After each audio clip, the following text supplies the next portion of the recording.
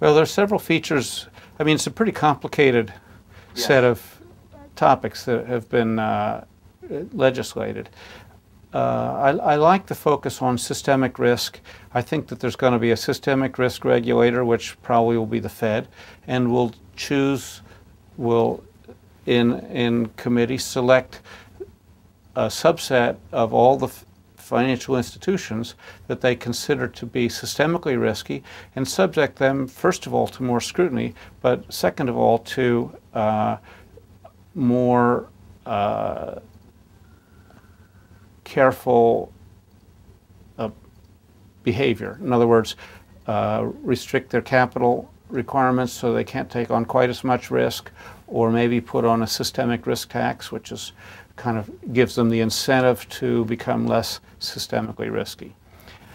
So I think that's an important part of the legislation. I really like the emphasis on trying to reduce the interconnectedness of firms through the over-the-counter derivatives market.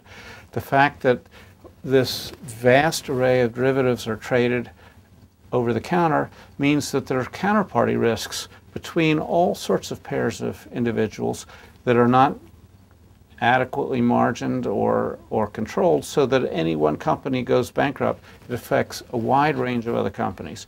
So these also contribute to systemic risk, and what the legislation is proposing is that as many of these over-the-counter derivatives as possible be moved to some kind of centralized clearing so that there is no more counterparty risk, and improve transparency in these markets.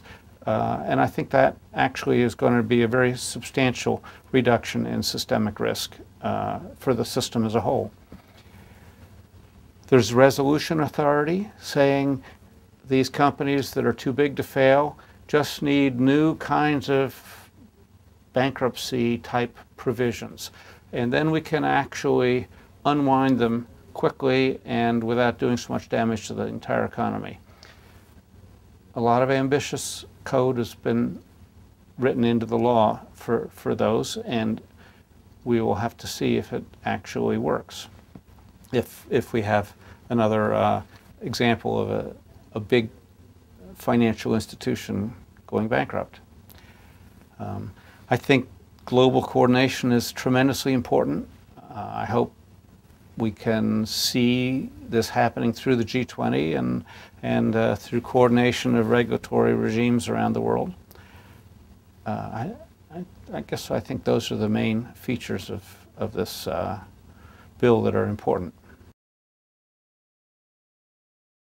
Well, I would say, first of all, congratulations, because Barney Frank could have been wiped out by the Freddie and Fannie problems that really he was instrumental on. But in fact, he rose to a new level, I think, in recognizing what needed to be done to fix the financial system. And I think his bill is really very good. It has a few things that I don't like in it. It has a few exemptions for companies that don't want to trade their derivatives on exchanges. But I think basically it was very forward-thinking of him to get it out so early, to make a statement, and pretty much the Senate came along with what he did.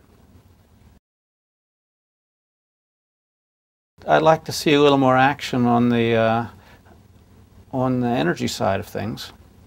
I've been pushing for some kind of a carbon tax for years, and it seems to me we've had lots of opportunities to do it. Today we're terribly worried about the size of the budget deficit. We're talking about, should we increase taxes? Why not put a tax on carbon emissions? It would raise a lot of money.